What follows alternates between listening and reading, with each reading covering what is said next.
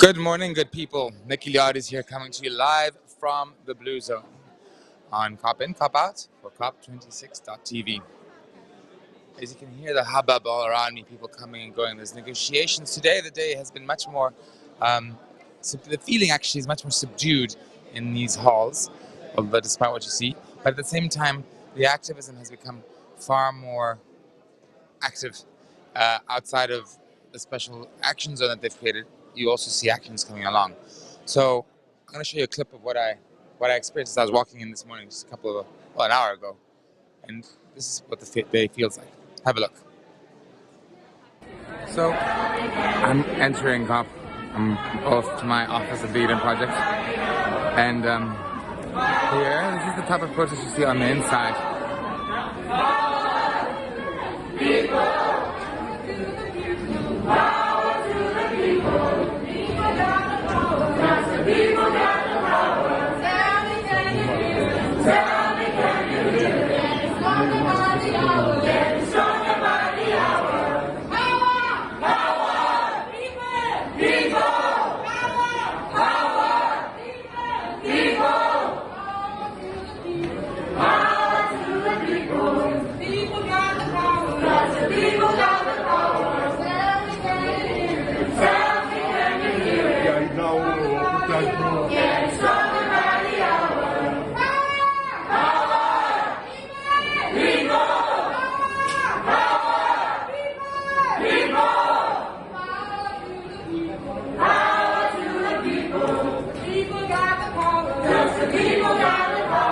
And so the signs say, take responsibility, Glasgow must deliver, keep COP fossil fuel free, loss and damage, higher ambition, fossil fuels phase out, responsibility. Of course, I bring it closer to my mouth and you see my nose hairs because I'm trying to get my voice in here. Just like these people are trying to get their voice in here. And you know, I've got to say that it's good that they do these things because it drives a message home. But enough from me. Back to you, Nick. So thank you, Nick, for that one. Come with me, guys. Let's go and see who we're going to talk to today. Oh, look at this. This is the world. I love this place here. And what have we here? Hi. Hi, Shreya. Hello. Hello. Namaste. Namaste. So, your name is Shreya? Yes, I'm Shreya. Where are you from? I'm from Nepal. So what brings you to Glasgow? I'm in the official delegation team of Nepal. So I wish to observe the negotiations and support or pressurize the world leaders to make ambitious commitments for climate finance and also for loss and damage.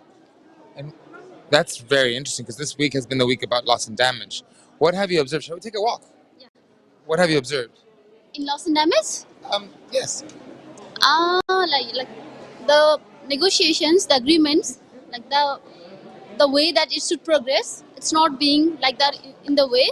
The commitment to the finance is less than expected, although like there has been financial commitments from the Minister of the Scotland and all. So I really hope the world leaders, before this COP26 ends, they learn from these steps and commits to ambitious climate finance, not just finance, but also sharing technology, capacity building and all. And so, do you think, have you been observing that and you've seen that happening? Are we getting there? I mean, do you think it's how does it look like from the inside that you've been observing these things? And also, as a member of a delegation.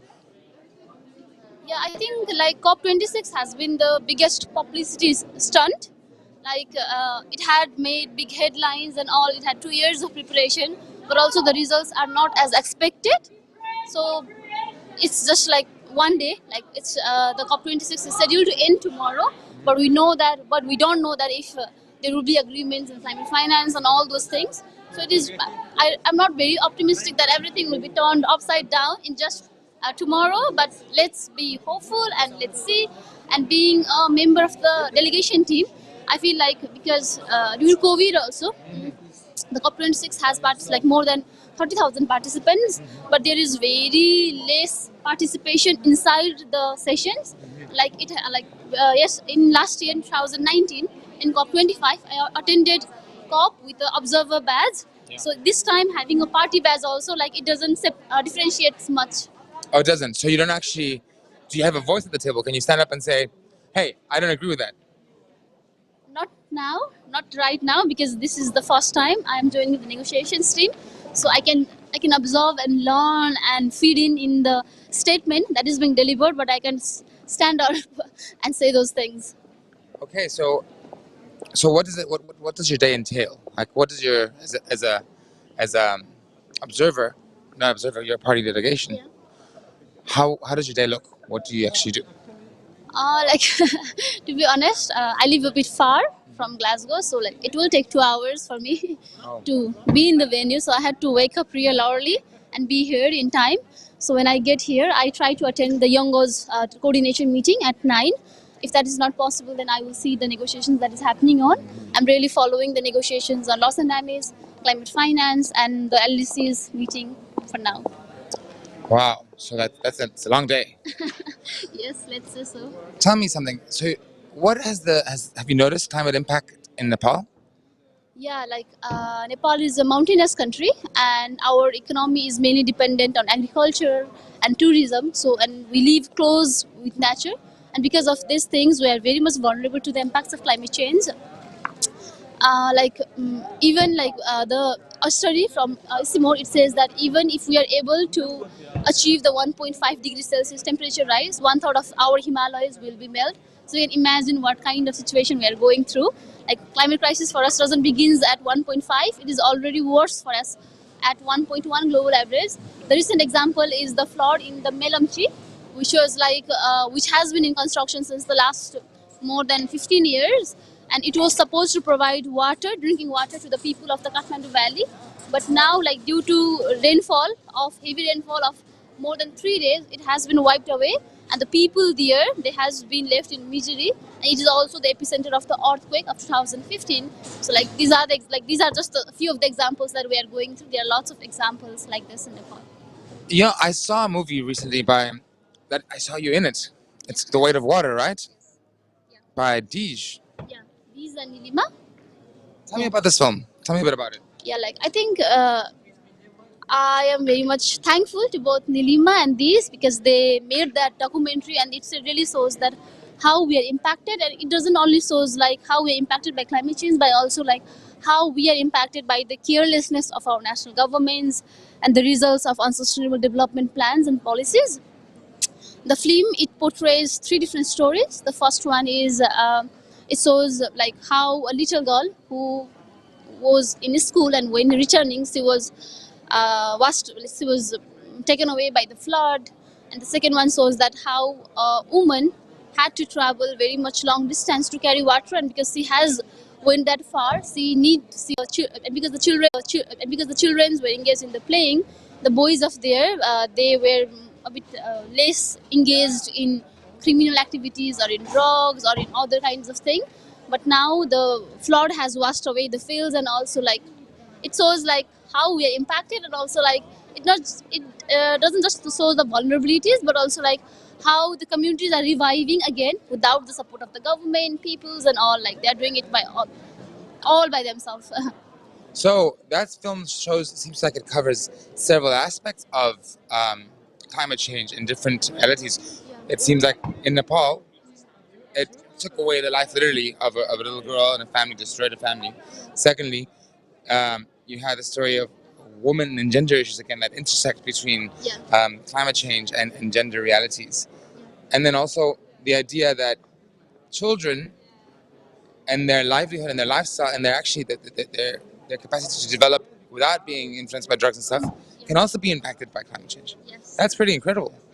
And you were in the movie. I went to see a movie launched here in Glasgow because, as I said, this is a climate festival. But it was great to see you, and that's where I met you. Tell me, you explained there that your way of activism, you're young, you're very conscious of this, is not about protesting, but what do you do? How do you mobilize and make a difference in your society? Yeah, that's a great question. Thank you for that. It has been more than 5 years I have been engaged in climate change, and mainly working with young people and the governments. But like in these years, like I feel like the activism is very much different in our country, in Nepal, than the activism that is being flourishing in Europe and other developed countries. Like we used to do a lot of protest strikes. Like we used to do Fridays for Future every Friday. Like we used to strike in main cities, but like there was not much attention to that, and like we are not getting anything from that. So what we decided was in 2020, when Nepal was going to prepare the second NDC, the National Determined Contribution, that is basically the National Climate Action Plan of a country. It shows like how we are going to mitigate and adapt to the impacts of climate change. And in that, like we went directly to the Climate Change Management Division under the Ministry of Forest and Environment, who is responsible for doing these works. And we asked like if they can also have youth consultations and include young people's voice and feedback in the second NDC, but they said that they don't have funding nor capacity and time to do those things. And we decided that okay, then we will do those consultations and we'll make sure that all of the Nepalese young people's voice are included, not just youth but also children, and not just youth from the urban areas but also from the north, south, west, like from all parts of the country. And then after a year of work in 2020, of course the COVID made our work a bit challenging, but we managed, and like we directly engaged around 1,000 young people, and we collected the Nepalese young people's voice to the NDC and we submitted that to the government. But at that time the leadership was handed over to another person, so it was a bit more challenging at the ending time, but also we managed. Like a new focal point was more helpful, supportive and all. So, and now the second NDC of Nepal, it contains that young people will be included in the decision making table, women will be empowered, and like those different things that was missing from the from before time. And like from that also, like this time they have brought 3 young people in the delegation team, and I'm one among them. Wow, you see, so that's how you actually get your voice there, the voice of women and the voice of youth. Yeah. So, wow, that's amazing. That's you just, how old are you? I'm 23. 23. Wow, you've got a great career ahead of you. Well, thank you very much for your time. I know you want to go to observe some more, and that's important stuff that you're doing. And I thank you for your time and for coming all the way to talk to us. And all the best of the world, luck in the world to you. Thank you. And interestingly, since we're talking about the impact of climate on health issues and gender issues, my colleague and fantastic presenter Melissa had the chance to catch up with someone from the World Health Organization. Have a look at the interview she did. So then, would you tell us that this whole pandemic should be solved by changing our lifestyle, our way of the way we move around, and yeah? Well, I think that the pandemic should have taught us one thing, and that is that our health is not negotiable. Right. We shut down the global economy over large parts of the world to deal with a health crisis, and people were prepared to do that. We should be doing exactly the same thing for the climate crisis. You have to treat a crisis like a crisis. And the other part of that is that the health gains that we get from acting on climate are massive. In fact, they pay for the cost of acting on climate. And at the moment, we spend massive amounts of money, including in COVID recovery, but on the wrong things, on propping up highly polluting industries. We need to start using that money, that investment, as an investment in the future, because it will pay back in health terms more than twice over. Mental health, internal health, would you also say that would be improved? Absolutely, mental health will be improved. That's the new story that we see coming through. It's not just about physical health. It's not just about the impacts of heat wave and air pollution, important though those are. And particularly for young people, the big story that we're now starting to see coming through is the mental health impacts of climate change. And we think that the cure for the mental health concern about climate change is action. And that's action not only by young people themselves, but more importantly, action by the people that are supposed to be solving the climate crisis. Of course. Thank you very much. Pleasure. And that's a great little piece from Melissa. And it's just fascinating to see how climate change actually affects every single aspect. Another project that I learned about, which is fascinating, is called Trees of Music. That project entails the Pernambuco tree. The Pernambuco tree is a tree that grows in the Atlantic forest of Brazil, and is also known as Brazil wood, pau do Brasil. In fact, it's where the name of Brazil comes from, because it used to be used for dyes, and it had this reddish color, and it looked like embers. So brasa in Brazil, in Portuguese, means embers, and so pau do Brasil, the ember tree, he gave the country its name. So this tree is now in risk of extinction because only 7% of its natural habitat remains. Now, trees of music, what they do is essentially want to replant this tree, but not just the tree itself, because you need to actually recreate its environment, its ecosystem for the tree to survive. And why do they do this? Because if we lose the Pernambuco tree, and here's the magical part of it, and why it's called trees of music, we lose that. The violins and the cellos and all the strings of the orchestra will be silenced. Why? Because this is where the bow of these instruments come from. What happens? It's a very special wood that has been used for 400 years, 300 years as only that. If this goes extinct, even the music will die. So I just wanted to point out that little story, because it just shows the interplay of climate with everything, gender, health, even music, orchestras. So if you like your Mozart, well, you need to care about climate change. It's not just about tree huggers or bunny huggers, as Prime Minister Boris says. It's about every single aspect of our life. And I was inspired to tell you this story because I'm standing here at the Eden Project, which has become a bit of my office, as you guys who have been following me will know. And I think it's about time that we actually come over and chat to them about what the Eden Project is. I'd love to go to it, but again, I'm not going to be the one that tells you. Allow me to come over here. I'm just going to interrupt the conversation. Hi. Hi, guys. Hello, how are you doing? How you doing? I'm doing very well indeed. You want this on or off? Yeah, let's take it off. Take it off. We'll take So I this can off. hear you and see your smile. Hello. How you doing? I'm doing very well What's your indeed. name? My name is Nathan, and I'm from the Eden Project in the southwest of the United Kingdom. Okay. But what is the Eden Project? The Eden Project is an environmental educational charity, and we're best known for turning a former clay mine into a global garden and inspirational education centre. What does that mean? We basically have one of the world's largest indoor rainforests. About 1 million visitors come to see us every year. And our mission is to connect people with the living world and each other. Okay, so why don't you walk me through this beautiful honeycomb you have here? Because I use and abuse it every single day. And I think it's about time we tell our viewers where we are and why this is so special. Okay, so the design of the structure we're in is basically show us learning from nature. So the bees, I'll hold on to this. So the bees have had a long time to perfect creating very efficient structures. So it creates the maximum size and strength with the minimum of materials. And our home in Cornwall, in the southwest of England, is also built like this. A giant geodesic dome with the world's largest rainforest indoors inside it. What's special about the structure? The structure itself is a series of joined hexagons. It's made of recycled materials. Until recently, all the wood used here was our stage back at our headquarters in Cornwall. Oh, wow. So you took your stage, you repurposed it. Yeah, it's repurposed. The stage itself needed to be replaced.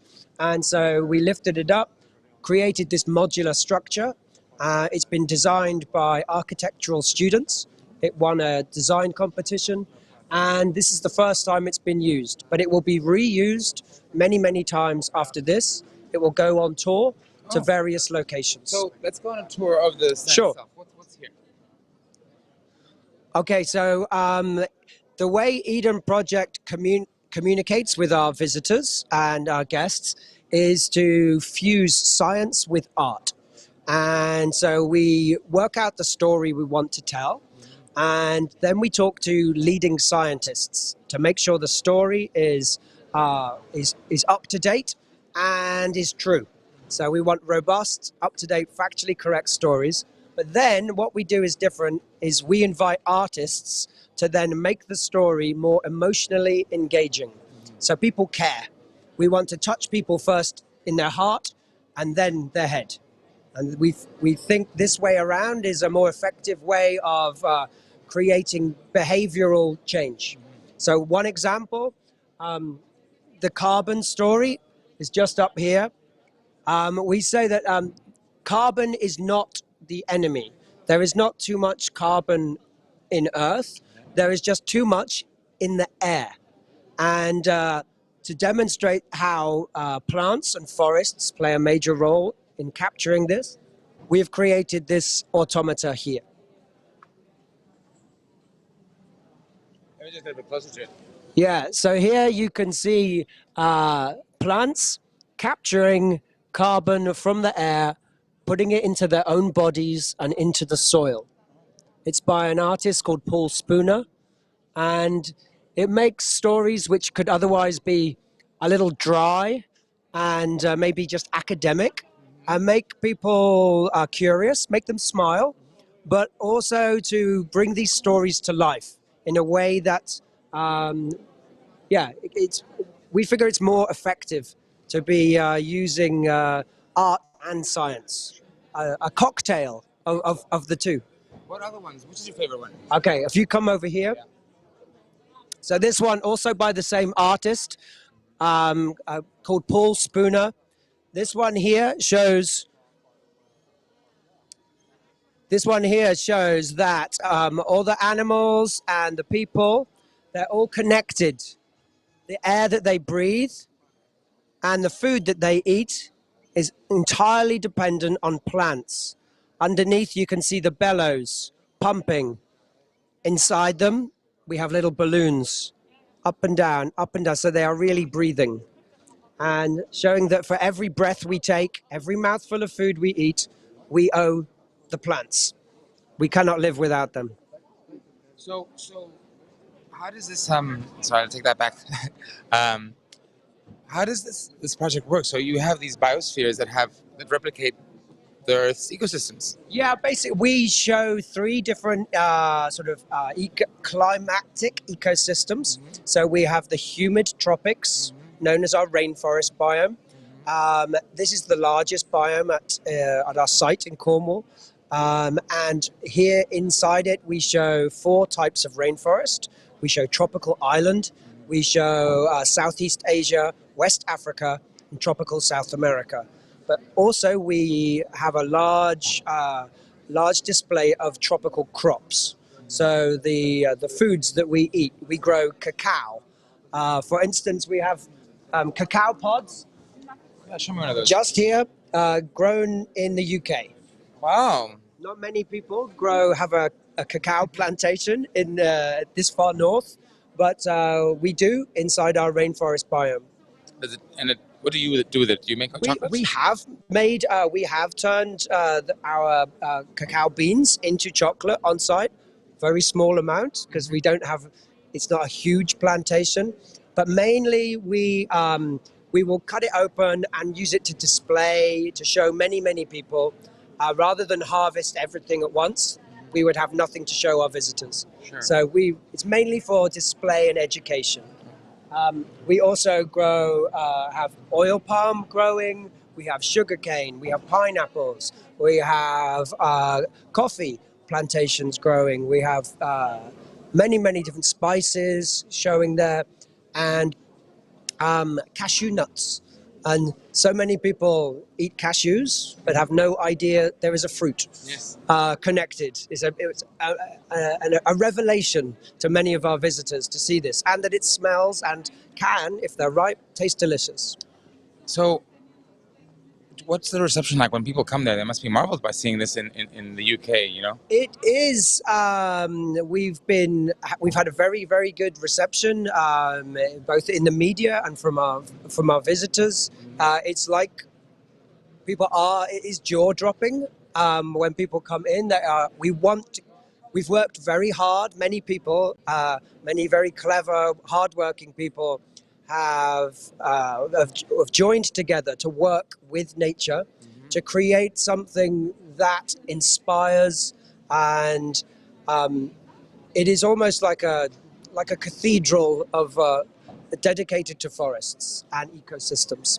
I like that, but it reminds me sadly of that time when Notre Dame burnt, Yes. and at the same time the Amazon burnt. Yeah. And people were focusing on fixing it Notre Dame and contributing so much money to that, but the Amazon just was left to burn.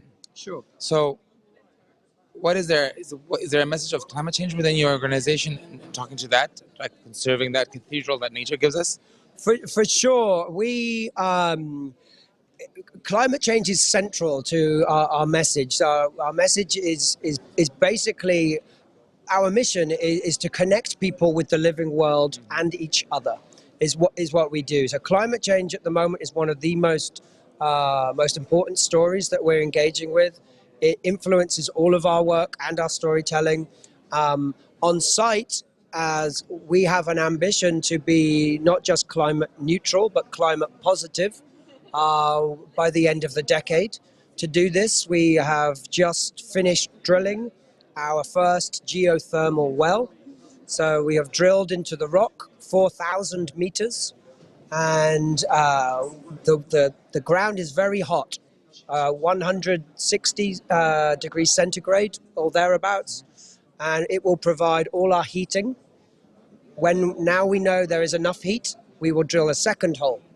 And when we have two holes, we hope then to be able to generate our own electricity, enough to provide all our heating and power to not just heat our rainforest biome, but also there should be some left over, which we can then supply local industry or housing. That's pretty amazing. And is there a chance of replicating that across the British Isles? There are locations within the UK that have similar hot conditions in geothermal heat. The southwest, where we are, is especially well served with hot ground, and I think it has the potential to supply somewhere approaching 20% of the UK's power. So Cornwall is well known for mining minerals. It has a long history of mining copper and tin, but maybe the future is us mining heat. And so it's a little noisy here. A lot. It's a lot. I like this. So it could be a major new clean, green technology and industrial sector for Cornwall. Well, that's amazing stuff. I commend you for what you guys are doing, and I hope that this isn't something that can be an example to the world. And I hope that all the people who walk past here, the members of the delegations and stuff, actually have they stopped to look at what you're doing? Many people have been stopping by, from students through to ambassadors. We've had presidents stopping by. Many. It's almost overwhelming, the number of different countries being represented at all levels. And they are stopping by and listening and being exposed to the messaging, and we're also one of our projects we're working on at the moment is on site at COP, is telling people or sharing with them that whatever country you're from, we are all from the same place. We are all from one planet, and we are all Earthlings. And if you would like, yes, then we can also create you an Earthling ID card. Oh, can you? Which we are. Show me yours. Hold it up to the. Here we go. Can you see? Oh, this way. There, yeah. That happens to me all the time. So Earthling. Well, that's. We'll create one for you. Thank you. I will come back right after I finish this and then get my ID card. Thank you very much. Thank you for your time. My pleasure. And there you go. That was fascinating world of the Eden project, which I've just been using and abusing all the last 2 weeks, and it's just lovely to actually have had a chat with them and to show you what beautiful work they do in the very strategic place of the COP as they come in and go. One reflection before we go, and before I leave you with the full interview that Mel did with health and climate. Pete Buttigieg, the Secretary of Transport of the United States, was here. And he made a very interesting speech 2 days ago saying, the issue is we should not be fighting for the planet. Because you know what? The planet does not need us. The planet's just going to shake us off like a wet dog, right? What we need to do is fight for life. What we're doing here is saving lives, saving life. And that's what projects like Eden do, because it's about life. The planet does not need us. And that's very clear. We will be gone and the planet will still be here. And perhaps the planet will be overrun with all sorts of other creatures, like maybe cockroaches and rats, because that's the only thing that will survive the onslaught of the Anthropocene. But it's not about the planet. It's about life and lives. And I really like that thought he came across, that he came up. When I first read the headline, I was like, wait, what? But then I read it and I was, no, he's right. He's right. The planet doesn't need us. We need it. We need it. And I can tell you, the mood here inside at the moment is a bit subdued, as I said at the beginning of the show, but also there's a certain sadness in the air because it seems like we're not going to get to where we need to get in time. There have been promises, there have been pledges, but they just don't seem good enough. Although the news that dominated the headlines last night was a rapprochement between China and the United States, who seem to have come to some kind of agreement. China says it's going to begin to look at reducing its methane.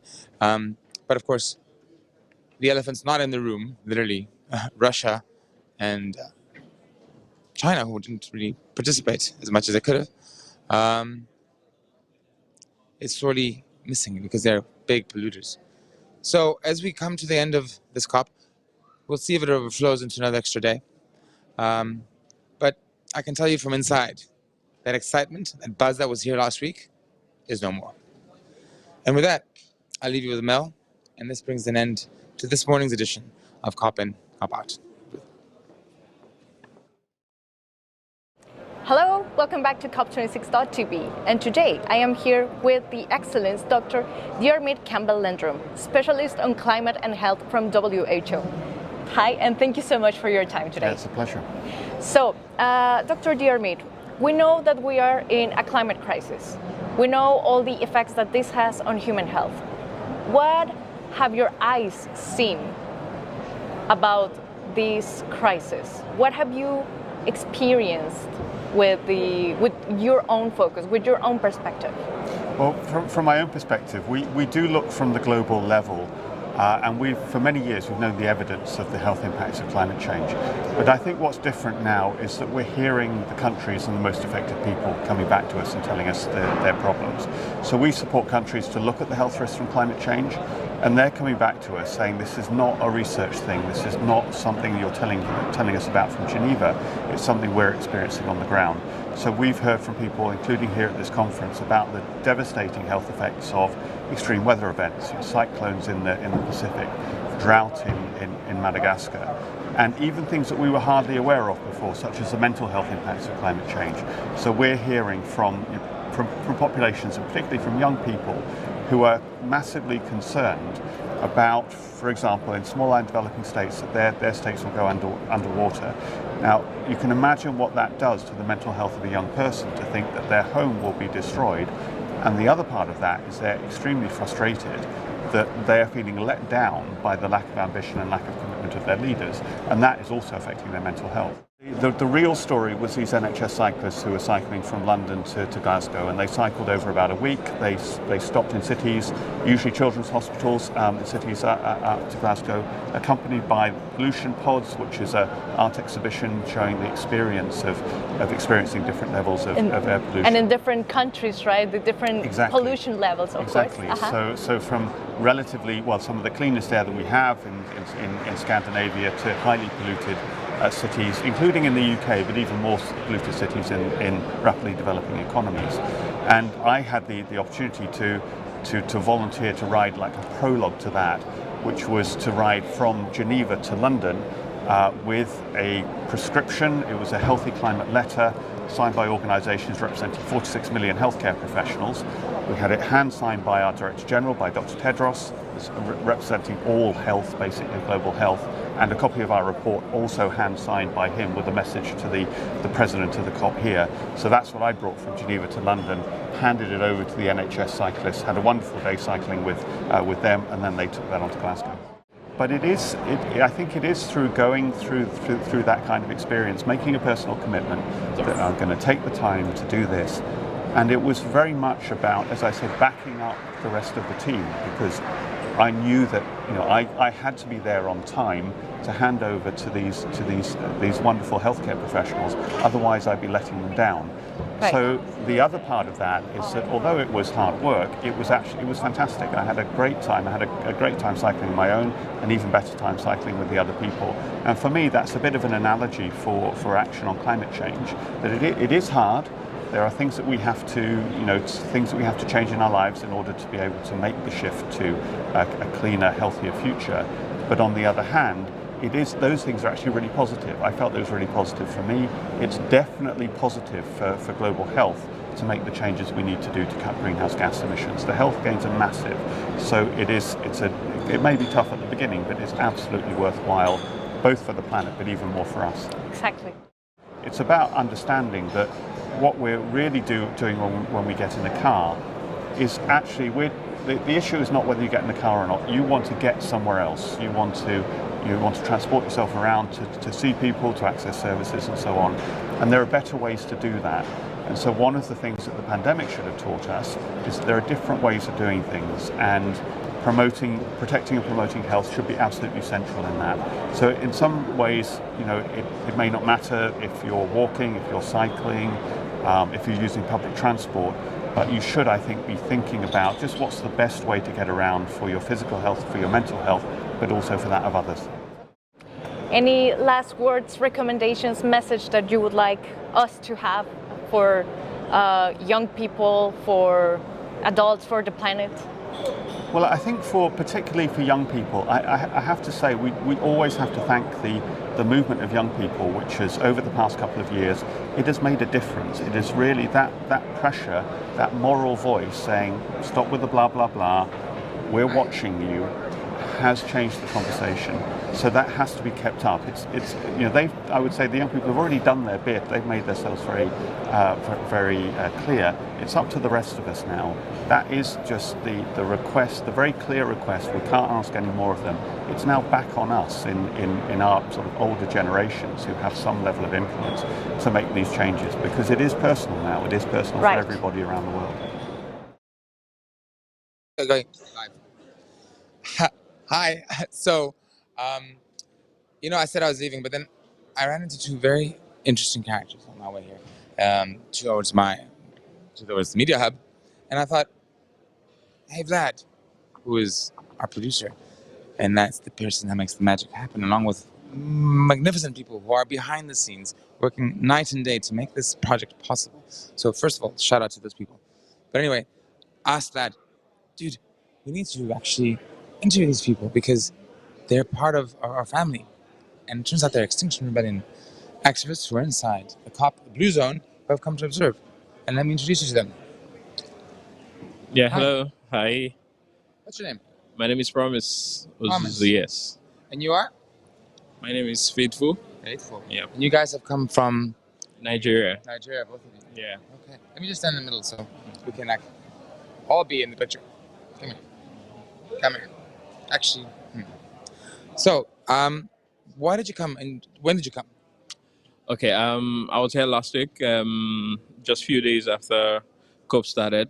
I came in here on the 3rd, thereabout. And yeah. And what's the experience been like? Yeah, it's been great. It's been great. A lot of conversation. And I think one thing that is great for this COP has been a lot of actions. There's been a lot of opportunity for actions here and there. And the march was really wonderful. Actually for the first time, over 100,000 people marching for climate justice, and it's really great. It's really great to see that there's a whole lot happening around issues of climate change, and people are becoming aware.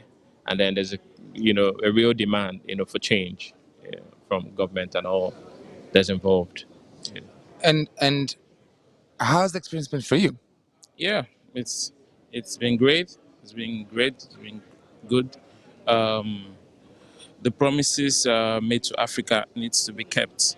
It's not enough to make promises and We are just waiting for them to fulfill them. It's important for coastal communities, indigenous people to be protected. It's good for the promises to be kept. We know that African leaders have made a lot of promises, and they're also expecting the global leaders to fulfill promises made to them. So also, we hope that those funds that are going to come to Africa will be utilized properly, so that those at home who don't have voices will feel protected. We feel that we have come to do the right thing for them. We feel that we have been able to defend them, been able to speak for them. They will feel secured because a lot of things happen within our own area. The flooding, the pollution, people are leaving their homes because of the threat of floods. So I think it's important to provide shelter for these ones. It's important to, provide economic empowerment for those who have lost their jobs due to climate change. It's also important to help support farmers who have lost their farmlands due to pollution. And it's massive. The problem is massive. The economic downturn is so massive. People have left their sources of livelihood, and they are in search of alternative sources of food, and how to take care of their children. So I think it's important for global leaders to fulfill their promises, and make sure that this money would get to the right people, not just sending it to the leaders, but to make sure that it gets to the indigenous people, that actually needs this funding. So I think we are making progress, but the pace is quite slow. We need to beef it up. We need to speed up, because things are not getting better anymore. So I think it's been cool. Okay. Well, let's see what what the next 2 days is gonna show us. If you had a message for the people who are meeting in these rooms behind us, what would it be? So it would be to remember those who are mostly affected. All right, we're in this conference, and there are so many people who are out there who are not able to make their voices heard. We're talking about those communities in hard-to-reach parts where flooding has taken over their sources of livelihood, farmers who are affected by a whole lot. So for those meeting behind us, today and tomorrow, would expect that, their conversation should be around how to really help, those communities, how to really put action to words, because, this time around is no longer the time where, we make a lot of speeches, without taking actions, around how to curtail some of this, And for me, it is really important to also focus our attention on women. In parts of these communities, women are most affected. Um, it leads to breakdown in families. It leads to breakdown in a whole lot of things. And some of those things are some of the things I think we need to bring to the fore. Climate finance, it's one very huge area. There's a whole lot around there that it's not coming to the global south. And we feel some of this should be brought to the fore. Attention should be paid to some of those conversations, some of the things that needs to be done, and some of the people that are not really at this conference, but their voices and their needs need to be amplified to the global community. And I think that is what should be driving whatever conversation that is happening in there. It's our future. It's about the future of this earth. It's about saving this world, really. It's no longer, about lip service to some of this. It's really about taking very concrete steps and actioning them to make sure that we're able to save this world for the future. And I think that should be driving that conversation in there. So those agreements and those negotiations that should happen behind us, I feel, they should put at the forefront, some of these issues that I mentioned. Well, there you have it. Thank you guys very much for your time and for being here and for what you do for raising awareness in your countries and here, and for coming all the way out to Glasgow. Yeah. Cold Glasgow. To actually get those global voices here. Okay. Thank you very much. Thank you so much. And good luck. Yeah. Thanks. Thank you. Thank you. So this is how powerful these meetings encounters are, which just what's the magic of COP. And though I did say it is a bit subdued, there's still people who are here, who care, and respect to that. And con eso y un bizcocho, as we say in Spanish. Have a good morning, all. We'll speak later at 5:30. Nicolás Eliades, COP26 TV. The average salary of people who fly out of here is over £100,000 a year, and the people who live locally only benefit through the pollution. I'm streaming from London City Airport, and there's a gentleman who's climbed on top of the plane.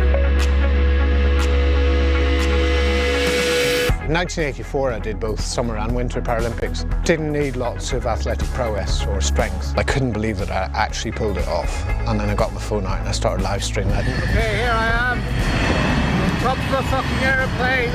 What James was doing was so extraordinary. Everyone could see his extreme bravery. So you're under arrest, endangering an aircraft and public nuisance. I'm charged with a pretty serious offence, which could see me in prison for a long time. You know, I said this is for my kids, this is for all the kids. Seeing something like this be brought to court, it feels like the person who's well in this process is my dad. The sentence is 12 months in prison. I took a risk with the legal system. I don't know whether I want to say that it went wrong, I don't know. We face a much bigger risk for the future of the planet and species. We are the song upon the wind, we are the courage to stand forth, we are the change that now begins.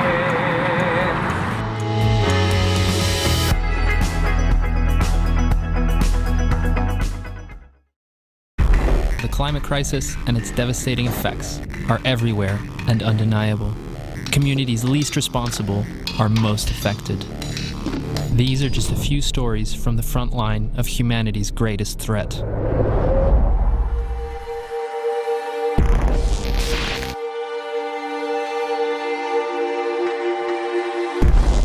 I grew up seeing the impact of the typhoons and the climate crisis. I grew up in a place that wasn't very urbanized. It was lots of huge trees. Houses were far apart. We'd have to listen to a battery-powered radio to listen if our city we had to evacuate. I would have to do my homework by the candlelight because there would be no electricity because of the raging typhoon outside. This is just something that I really grew up with, and this is already a story of privilege. Because last year, in the span of 3 weeks, we had 4 typhoons, and all of these are supposedly once-in-a-lifetime typhoons. Like the strength of them, they're being described as once-in-a-lifetime typhoons. But how many have I experienced? And I'm not even done with my lifetime, I hope. Sometimes I would wake up in the middle of the night and the floods have entered my room, and then have to scoop it out. The city where our relatives were, floods sometimes reached 12 meters or 40 feet high, so second to third floors of buildings. We are so vulnerable to the climate crisis, but we are also fighting back so hard. We have no choice but to fight back. This is the planet that we're living on, that we're fighting for.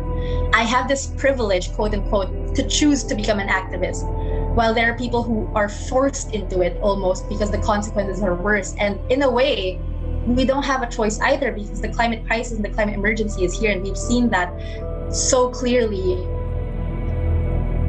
in the Philippines especially. And that was when I really decided to actively pursue environmental activism on a systemic change level.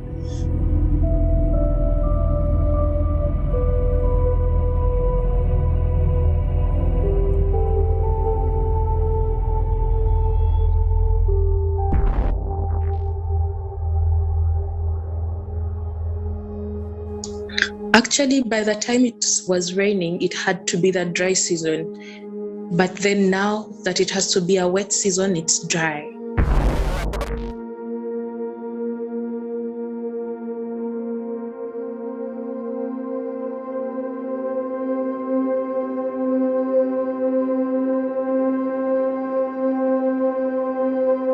We had a plantation back then in the village, and when all this started happening, we lost our crops. We started losing our yields. So you find that you can't really sell any food because you also need food to survive. And then money went on reducing. There's a time when my dad couldn't afford to pay my tuition fees because we could no longer sell food. The yields were really very bad, and also we needed food to sustain ourselves. So I had to sit down for 3 months at home because school here is paid for, like you have to pay tuition fees in order to attain education. Since my dad couldn't afford, I couldn't go to school. And this is the case with very many children, very many. It breaks my heart because the same people that are suffering the same crisis are the same people who don't really know about it. And then that is how my activism started. Creating awareness in the local communities helps them understand what is going on, what climate change really is, and what they can do, because it affects them the most.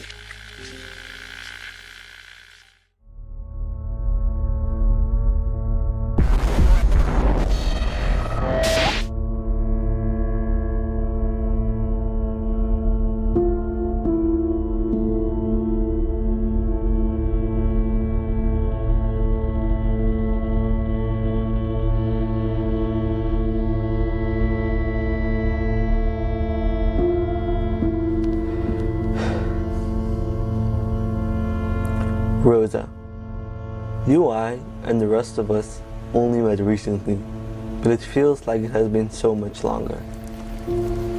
Before camp, we had all been through the same difficulties for the last year because of the COVID crisis. We felt cut off from the world. At camp, we could finally be regular teenagers again. No masks, talking, hugging, and being carefree. We talked about how we, teenagers, were going to make the world a better place. This was supposed to be our summer, Rosa. Our summer of freedom. The water took you, Rosa. It happened so quickly. I still don't understand it. How could this happen to you, to us? The small, harmless stream had turned into a monster, and all I could think of was getting you out. I ran next to you, and I jumped in. I held you while the monster was raging around us and pulling us along with it. We had to get out. This isn't a movie, and I'm not a superhero.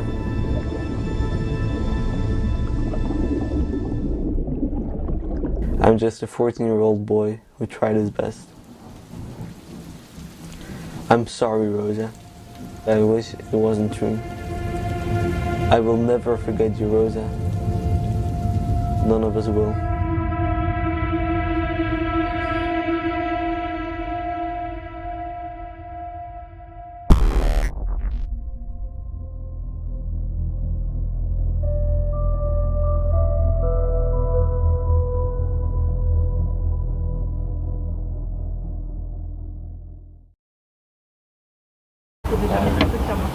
Welcome to World on the Street, another First World exclusive. I am reporting live from inside an electric tuk-tuk that's just parked outside the Blue Zone. So I was just walking past, seeing what was going on the street, and I saw people with markers and crayons signing onto a top of a tuk-tuk. So I stopped, had a bit of an ask what's going on, and you can see here we've got people who are signing, putting their names onto it. We've got messages at nuclear please. So I thought I'd just actually ask what's going on. What's your name? Steph, right? Steph? Yes. Steph, talk to me. Why have you got an electric tuk-tuk parked outside the conference centre? Let's do it this way. We've got the tuk-tuk in the background. We've brought the electric tuk-tuk all the way from Lincoln. Yeah. And we took it to a careers event just before we came up here. Yeah. And we got students to write their messages of hope for the future on it. So we asked them, for future's sake, what's your message? So for future's sake. Yes. Okay. Very nice. Yeah. And we're actually here to promote a collaborative platform. The one message that seems to come out of all the conversations conversations I'm having is that we all need to collaborate. The answers are not going to come from the top down. The answers are going to come from the bottom up. I'm hearing that a lot. All the small initiatives need to be shared, and so we've set up a collaborative platform called For Future's Sake, and we're calling people to join that platform and share their knowledge. So this is a great fun vehicle. It's got a top speed of 28 miles an hour, so it's not the fastest vehicle in the world. 28 miles an hour, that's pretty cool. So this kind of tuk-tuk, is this road legal? Yeah, this is road legal. It's made in Sweden. It's called a ZB. A ZB, There's a company in Sweden that are manufacturing these. Yeah, just have a zoom out so you can see the front of it. So this is a ZB, road legal. How many miles to the kilowatt does it get? It's got a range of about 55 kilometres. It's got a top speed of 28 miles an hour. Yeah. And it charges with a 13-amp plug, so I'll show you how basic it is. There we go. We've got COP26. We've got solar panels, please. Oh, that's it. You just plug it in. Just plug it in. There we go. Oh, look at that. It's actually got a nice green cable onto it as well. Yeah. I'm just going to zoom out here so you can see this. So the thing that's actually going on at COP at the moment, right? We're talking about, like yesterday, it's all about transportation. So I don't know if you know this, that they have the top 4 car manufacturers, like Volkswagen, Renault, Hyundai, and I'm skipping one of them. But they actually refuse to sign up to the 2035 the target of actually stopping ICE cars, internal combustion engine car manufacturer. So we need to have sustainable transport. And we need also to have vehicles that people can make for themselves. So this is about micro factories. This is about developing micro factories for people to take back control and make their own vehicles. And the money that's then generated. If you just walk around the back of the vehicle. There we go. You're doing good pitch here. A good pitch here. Very good. A pitch here. There we go. So my company is a company called Gusto Homes. We've been building eco homes for 25 years. We absolutely know that to move this whole agenda forward, legislation, this is in the UK, needs to change. We need to see all new properties built to a much higher eco performance standard, and we need to start designing proper sustainable communities. We've been doing that for 25 years, and the difference it makes to people's lives that move into homes that virtually need no central heating system. It's a no-brainer, and it is such a no-brainer. So and we also need to insulate all our leaky properties here in the UK and around the world. We do. We've got a lot of work to do. Lots and lots of challenges out there, but collaboration is the voice that we're trying to sort of get out there at COP this week. Let's get all those ideas working up from the bottom, and get those ideas shared. And even if the guys that have a look at we'll keep talking. I'm just going to have a look at the top of the car here. Keep talking. Even if people are frustrated with what's coming out of conference, what we've got to do is we've actually got to take control ourselves rather than waiting for decisions to fall out of our politicians. Absolutely. And that's really is going to come down to collaboration. So hold this for 1 second. So you keep on talking. Just about transportation, housing, right? Yes. Is housing, we need to decarbonise our housing stock rapidly. It actually uses more energy than transportation, or depending which way you look at the matrices, you know what I mean? Yes. So housing and these kind of things here. This is a nice simple vehicle. I have no idea how much it costs. So I'm going to put you under pressure. Can we put a COP26 of course TV you can. sticker on your car? Yeah. Absolutely. Yeah. Okay, you've got this. Where can you put it? We go straight over there. How about that? There we go. Straight in the middle of the back. There we go. You're a good man. COP TV. And where can people find out more information about your vision of the future with your cars and your houses? Here's your plug. There's your big shout out. Here's my big shout out. Join us on forfuturesake.co.uk. We're going to have a debrief on the COP26 conference next Wednesday. And then the idea is we're going to build the platform, get more and more people on it, sharing information, and it's an amazing platform. You do need to come on it. You've got me hooked. You got me hooked. and housing is my big thing. I work in renewable energy, and I used to do heat pumps for years, and now I'm doing stuff around home insulation. Well, I've just built a site with 60 ground source heat pump systems in. We've been building houses. I put my first ground source heat pump system in 25 years ago. Good so man, good man. The technology, you know what's going on. The technology is out there. I had my first electric car over 20 years ago. And my claim to fame I'm just going to pan out so people can see this. Come on, come on. You have to keep on walking and talking. This is how it works. This is how it works. This is not the BBC here. You mean? This is on the street. They're very good. I was going to say that, I had my first electric car actually 25 years ago, which was a Peugeot. It was a Peugeot 106. They actually produced 3,000 of these vehicles, and they had a top speed of 60 miles an hour. And it's a great claim to fame, but I think I'm the first person in the UK to ever be stopped for speeding in an electric vehicle. And that was in 2000. I was doing 40 miles an hour in the 30 mile an hour limit. Good man. I'm doing a TED talk. My TED talk goes out next week. Do you want to walk down with me? Like, walk down this way. I need to walk down this way anyway, so you can continue the big plug. And it's called. I like it, style. I mean, TED talk on. It's called Empowering Communities to Change the World. Empowering Communities to Change the World. And it really all follows this theme of we need to do it for ourselves. We can't wait for. I'm not sitting here wanting to criticise our politicians. We have a system in this country. We have a global system. And the system is what the system is. We can be very frustrated by the system, but sitting there being frustrated is not going to make change happen. We all need to collectively. We all need to do this. Absolutely. You, me, everything. We need to like stop. Just chuck everything at it. Absolutely. So 100%. We've actually there's a film coming out tonight about James Brown, the Paralympian. Okay. And he's the first environmental activist in the UK in 80 years to get a custodial jail sentence. He's now in Wandsworth Jail for his action in climbing on top of an airplane in 2019. And and then we've got more people lined up they're starting to get custodial jail sentences. So the UK is starting to jail activists for raising the alarm. So. Yeah, which is completely wrong. But equally, we've got to be working towards solutions. So campaigning is a fantastic thing to do. It raises the profile of the issues, but we've got to work together to try to come up with the answers and actually start to make them. But it's a double-edged sword. We need to be banging the drum, getting people more aware of what's going on, and actually working harder on the solutions. We have the solutions. We do. We just need the funding. We just need the political will. We need to cut out the red tape. Here we go. We've arrived now in front of the Blue Zone. I'm just gonna jump you here. Yeah, no problem. Unceremoniously. Nice. It's been a pleasure talking to you. Here we go. You get a high five. And can I have a go at the car later? Of course you can. Yes. Cool. Yeah, we'll do that. See us later. Okay, take care. Nice to see you. So you literally never know who you're going to bump into and who you're going to talk to.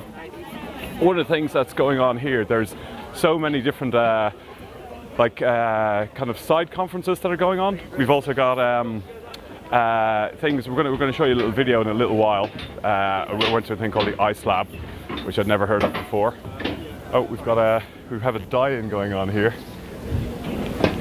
We'll just pan around. We have a since 9 o'clock this morning. 9 o'clock this morning. XR Wales, and now it's other XR groups. Sorry, say it again. It's So it's good morning. Hi. So XR Wales started this at 9 o'clock. Yeah. And I've taken over, but with others, to try and impress the emotion of people dying as a result of the climate emergency. Yeah. So the delegates are coming in, and they're actually taking photographs of this. Yeah. So rather than just thinking with their heads, they're thinking with they're feeling with their hearts about the impact of the climate emergency. Yeah.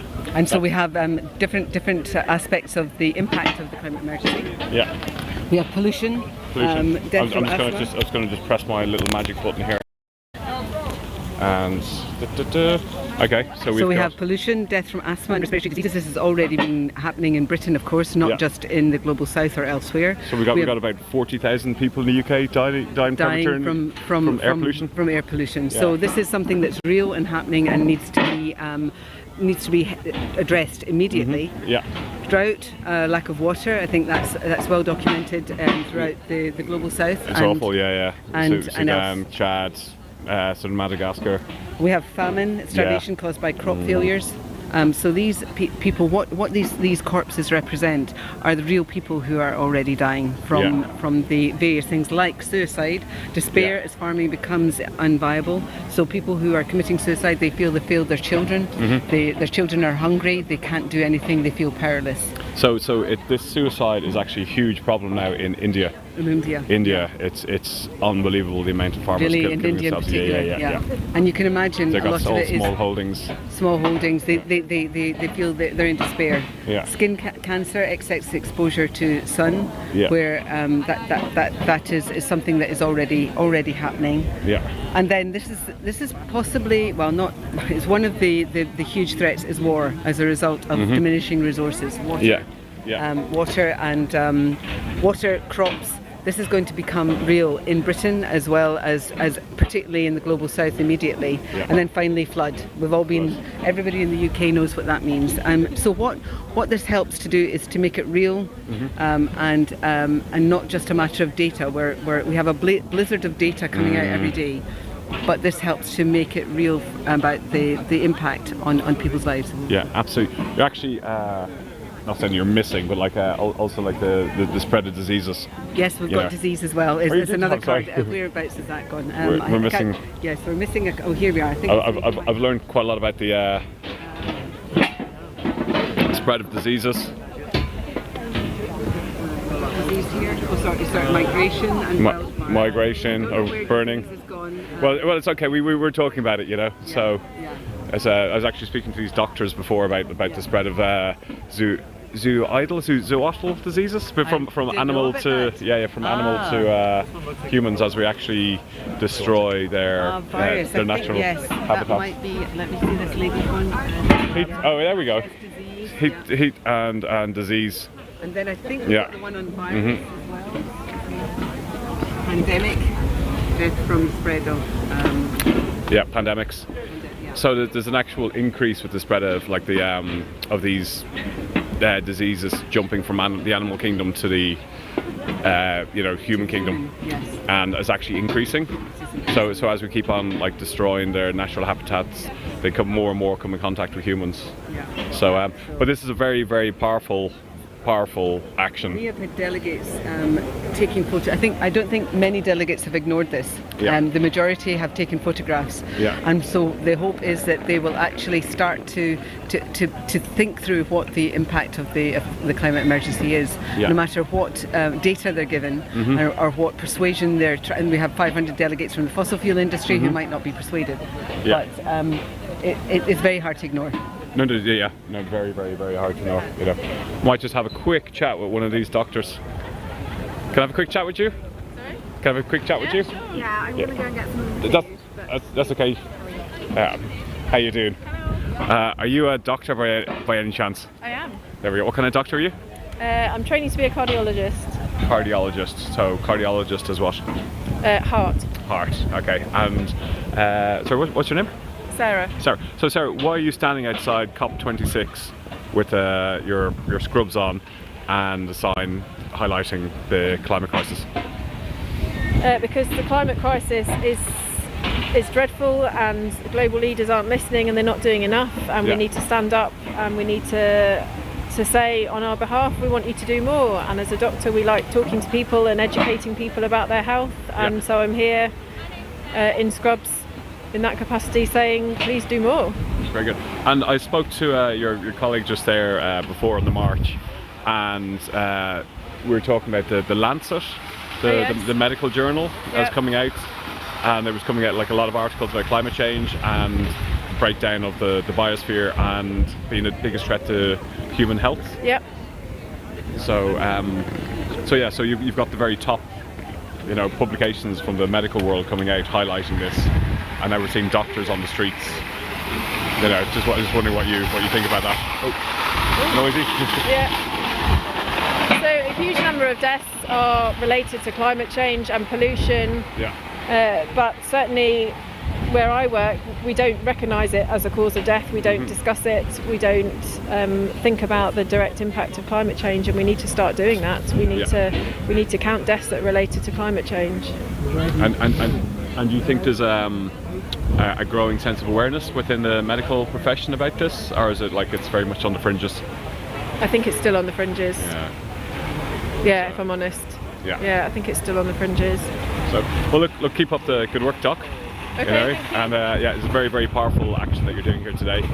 And I think a lot of the delegates, I can see them walking in. There's a lot of people out there taking photographs. You're doing a good job. Okay, thank you. All right, take care. Just gonna put my earpiece back in.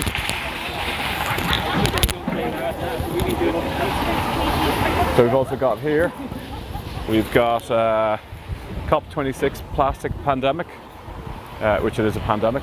We had a lady here earlier I recognised from Plastics Rebellion. Just going to have a quick walk through the crowd to see if I can find her. Janet. She's been calling out plastic polluters.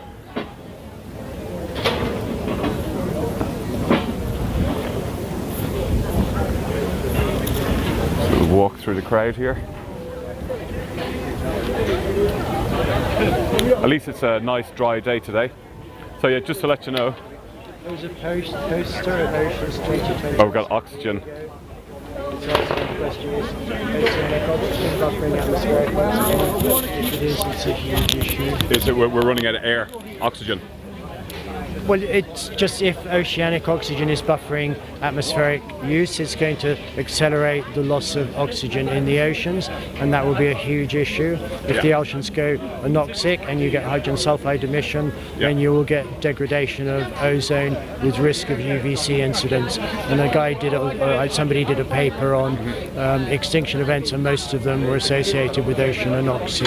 And we're not talking about this as oceans. Yes. Yeah, oceans actually absorb like most of the carbon dioxide and pollutants. But we've also got the oxygen issue. So we're seeing deoxygenation in the oceans, and that's partly being explained by warming, it's partly being explained by stratification, but a big chunk they can't explain. And it would be entirely logical if the carbon dioxide, the 30 or 40 gigatons we're taking out of the atmosphere every year, is being replaced by ocean from the oxygen from the oceans, because it's a system in balance, it's a system in equilibrium, and we're pushing that equilibrium out. However small that disturbance is, the system will try and re-equilibrate, which means that oxygen will move from the oceans into the atmosphere, speeding ocean deoxygenation. So are you a scientist? Are you I'm a nerd who's been kind of doing it for 20 years. So this is on ResearchGate. Yeah, ResearchGate. It's got a DOI. It was a poster at what's a DOI? DOI is just a scientific reference. It was an official abstract poster at Oceans 2020 San Diego, which is the world's biggest ocean conference. So we've heard earlier, that's actually last week, from Oceans Rebellion, and they were talking about like kind of the acidification of the oceans and deoxygenation is the other issue, because because the fish can't swim at lower depths, so the oxygen is moving up in the water, so their range is being cut down, so it's making them more susceptible to fishing. It's squashing more species into a smaller space. But ultimately, if you don't have oxygen, then there is no life in the oceans, and the oceans go sulfidic. And already in Namibia, sometimes they get hydrogen sulfide events, so you can smell it and it etches the metal. And if we get high levels of hydrogen sulfide, it's highly toxic at even low concentrations, and so you're at risk of an extinction event ultimately. So I mean, arguably it's actually a more worrying effect than carbon dioxide, just we haven't got around to talking about it yet. You know, you're actually the third person now. I've heard Oceans Rebellion touching on this. We spoke to a guy from the Ice Labs, and he was talking about this very thing about, like, you know, we're actually losing our oxygen. So it's very, very important. Where can people get more information on this? This is it's on ResearchGate. It's on ResearchGate. Yeah, so the poster is downloaded on ResearchGate, so the details are on here. So I'm the title of the poster, or I'm Robert Andrew Brown, and your name is Robert Andrew Brown, and McCarrison Society and ResearchGate will find it. All these sorts of search terms should find it, and the poster is downloadable. It's free. It's a scientific abstract. It's not proven. We don't have enough data. We don't have enough oxygen flow. But it's entirely logical. This is a system in equilibrium. It's part of the Gaian carbon oxygen regulation system. So why wouldn't it self-regulate? Why wouldn't oxygen from the ocean go into the atmosphere. We're only learning now about like phytoplankton and the role of like, you know, these microscopic organisms are part of like, you know. And that's immensely complex because some produce oxygen and some don't. Some produce oxygen sometimes and don't other times. Things that is containing carbon, but till that carbon is permanently sequestered, you haven't produced net oxygen. Right. So it's a complex and it is difficult very complex. process. And I'm just going to show just so what's going on here. It's like, it looks like a big research paper explaining what we're talking about here. So it's just an abstract, so it's asking a question based on knowledge for people to accept or not accept. My prime issue is we really need to be discussing this. We need to be discussing this. I'm personally sure that it is correct, but we don't have the data. We need more data. We need more oxygen measuring. We need more data, and as the thing a matter of urgency. If it turns out that you're wrong, it's like, well, that's great. But if you turn it, you know, but if you turn out that actually no, this is excuse the French, this is some serious shit. We need to know about it. We need to be acting on it now. Because this is curtains. This is an extinction event. This is not just it getting warmer. This is us not being able to survive and breathe, because UVC will kill life forms. We can't survive UVC incidents, and we can't survive hydrogen sulfide. A mass hydrogen sulfide eruption in, say, the Black Sea would kill millions of people in that region. Wow, that's all scary stuff. You put me into a very scary mood now just talking to you, but but thank you for standing here. You've talked to me, and delighted at your curiosity, because we need curiosity, we need open consideration. Because if we close off our mind to possibilities without objectively researching them, we will be signing our own death warrants. Well, that's why we spent the last 40 years debating whether climate change is real or whether it's happening or not. Pretty much because of the oil and gas companies just throwing in this kind of, you know, the whole doubt question, and we've wasted all this time. And it was pretty obvious. It's like the temperature's increasing. You mean? We have, but another opportunity that's being missed is, and I'm not the only person saying this, is the ability to sequester carbon into agricultural soils. In the Great Plains, in the prairies, carbon is 10,000 years old. So if you keep a positive movement of carbon from plants' photosynthesis to the soil mycorrhizome, you will sequester carbon, and you could probably sequester maybe a ton of carbon at least per hectare. So if you did that globally, you could sequester enough carbon to buy us some time to get our acts together in terms of alternative energy sources. And can we find more information on that on the gate? What's it called again? On ResearchGate. Names I would suggest is Christine Jones, who is an Australian agronomist. Gabe Brown, who is... Did you say agronomist? Agronomist, yes. What's an agronomist? Scientist. Soil scientist, wow. Okay. And a guy called Gabe Brown, who is a really interesting farmer who's been campaigning very heavily in the US, and that will lead you to a whole series of other videos on people who are saying regenerative agriculture works. There are Australians called the Haggertys who are farming now. Haggerty, who are now farming 20 to 30,000 hectares or more using regenerative agriculture in northern Australia. 10-11 inches of rain a year. They're soaking their seed with a compost tea, so they're giving it a biology, so when it starts sprouting it has all the biology it needs. They're getting equivalent yields, carbon sequestration, better water retention, better mineral content, better protein content. They're selling their crops as a premium into the Far East, so they're making money, they're meeting equivalent yields to their neighbours, and they're doing this without artificial fertilizers and minimal use of agriculture. We need a lot more of this. And that's all on and Christine Jones is a really serious... Christine Jones, we'll go and Google this. Serious, intelligent, directed agronomist. Amazing agronomist. Fascinating talking to you. Thank you for the science lesson. And soil actually has more carbon than all the trees and plants in the world. Yes, it does. You know, and we could buy time. Yeah, we need to sort out our soil. The issue is that nitrogen and phosphate switches off the plant's requirement to provide soil carbon. So it's like the petrol gauge. So you give artificial nitrates and phosphates, and then the plants will no longer supply soil carbon. So we need to recognise we have to deal with the fact that the nitrate industry needs subsidising or whatever, so it can gently go into retirement. Listen, I think I could talk to you all day. I'll come back. I'll come back and have a chat with you. I mean, this is fascinating stuff. I know. Thank you for your time. Keep up the good work. Honoured. There we go. I think I've just seen Boris Johnson. Bye. I'm live right now. COP26 TV. So stand, please. Got a bird coming as well. So I've just managed to pull my earphones out just there. Just want to do a quick sound check with Vlad. Vlad, can you hear me? Yeah, okay, Vlad's given me the all good.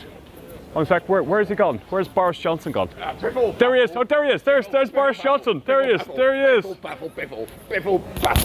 I'm down at the COP summit, COP26, and I've come to get on the stadium, get the stand and say a few things. Look, there's a big puffin. What's this puffin doing? Oceans are warming! The fish are dying! My family are crying! Help! Biffle, get out of my way. I'm an importer, you know who I am. I'm Boris Johnson. We're here to show that we are the world leaders on piffle and paffle. Thank you. Wow, that was pretty impressive. That's probably the best speech I've ever heard Bojo come out with so far. Oceans are warming! Oceans are warming. Fish are dying! There's no more food! My family are crying! Help! I hope you're not eating plastic. I am! Oh no! Oh no! Choking on plastic. We're choking! Yeah. Ecosystems are collapsing! Yeah. Awful. We need to find the plastic lady. Keep up the good. Did you see the lady from Plastic Rebellion? No? No? Okay. Thank you very much. So, just going to continue my little walk down in front of the Blue Zone. We have the vigil that's been going on now for now 11 days. Quite impressive. We also have a vigil in front of JP Morgan. And actually that's a pretty good time to give myself a cue.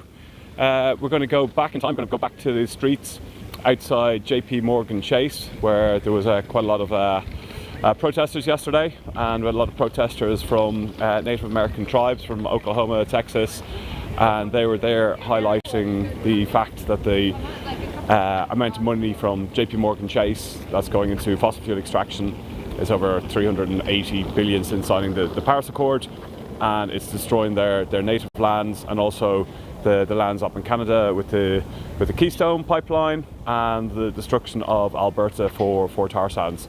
So Vlad, if you could just bring me back in time to yesterday, that'd be amazing.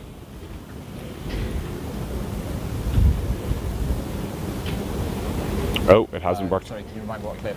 Oh, sorry, the clip from JP Morgan Chase with the Native Americans giving the speech. So, from the fossil fuel industry, funded by Chase.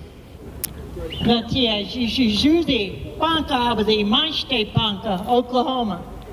Judy is my true name. I'm a Ponca woman from Oklahoma. Casey Camp Hornick is my colonized names. And I want to know what are their names? What are the ones up there who should have a sign that they have to wear that say, I'm a mass murderer. I kill people. I kill wildlife. I kill nature. I kill the future of the earth. I kill all of her children because I'm a mass murderer and my decisions are the ones that are going to create a destruction for all of us, for all of our relatives, for all of the nations that we live in. I live in an area that is impacted by the extractive industry in such a way that the air has been murdered, that the water herself has been murdered, that the earth herself is defiled and raped by these people, where women, children, unborn, don't even have a chance to live before they die from the effects of the pollution that these people fund. I want you to realize that they are fleeting. They walk on 2 legs. Their life is short. Someone is giving them power. I'm grateful that my relative here wouldn't even say the ugly name of these people, because when you say their name, it gives them power. So I will say the name of Ni Wachubi, the sacred sun. I will say the name of Ni Wachubi, the sacred water. I will say the name of the winds that blow and the moon mother and of your future generations. I will say the name of the sacred deer and the sacred buffalo. I will say the name of the fins that swim in the waters.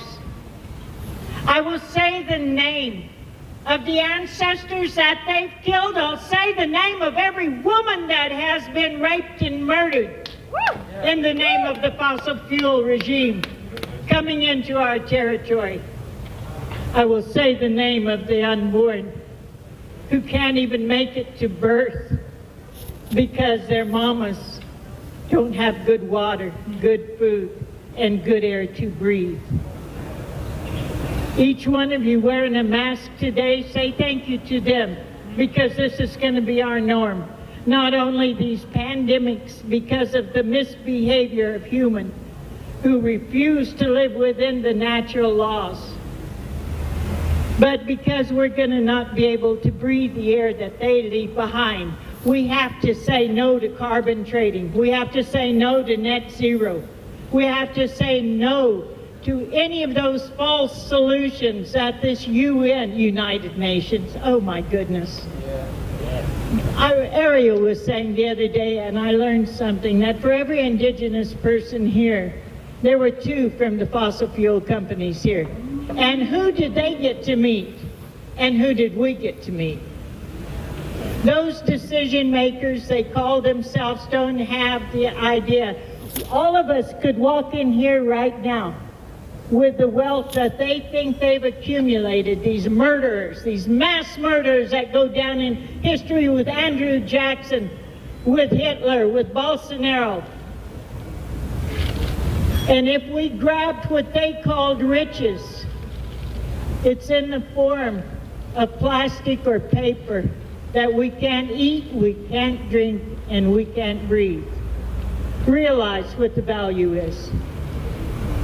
Repeating again, those of us who have stood at Standing Rock or front lines at home or in prayer, we're not protecting nature. We are nature protecting itself. Remember that. You are a part of all that is, and you are a sacred being. You have an opportunity to warrior up. Do that. Woo!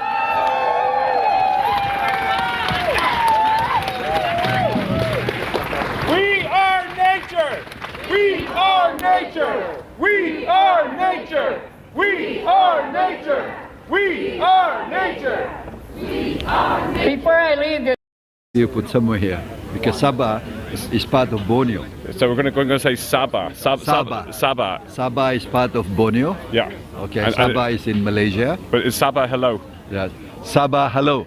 Okay, Sabah. So apparently on my T-shirt with the languages, we haven't got any Malaysian. Yeah, you don't have any Malaysian there. You must put it there. Okay. So hello in Malaysian is Sabah. Yeah. Hello in Malaysia, Sabah. So I'm with this gentleman here, and he's from the island of Borneo. Borneo. From Sabah.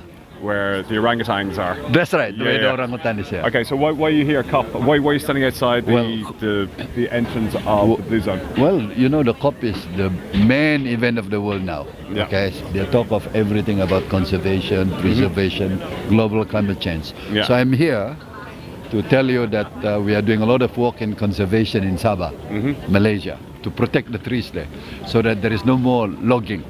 So the trees in Malaysia, right? Yeah. Like Borneo, I've heard, is like kind of like some of the oldest like ancient forests in the world. That's correct. That's correct. And it's getting destroyed for palm oil. That's correct. Is that happening in Malaysia as well? That's happening not only in Malaysia but also in Indonesia. Yeah. Okay. So, but what we are trying to do is to make sure there is optimal, what do you call, forest operation, so that we protect the environment. So sustainable forestry. Sustainable forestry. That's what we are trying to promote. Yeah, very good. And how are you going to stop deforestation? Well, what's your plan? Very good question. First of all, sell it to me. Come on. First of all, we have to transform the economy. We cannot continue to fell the tree, sell the tree and generate income. We have to transform the economy of Sabah so that we can generate other sources of income besides felling the tree. Yeah, okay. Okay? Yeah. And so by protecting the trees, we can actually sell carbon credits. Okay? So we can potentially make more money selling carbon credits, protecting the trees, rather than felling it.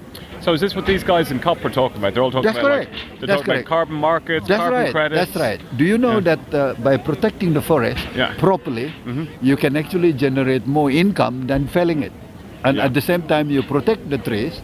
The other thing is the indigenous people that live within the forest, their livelihood are protected.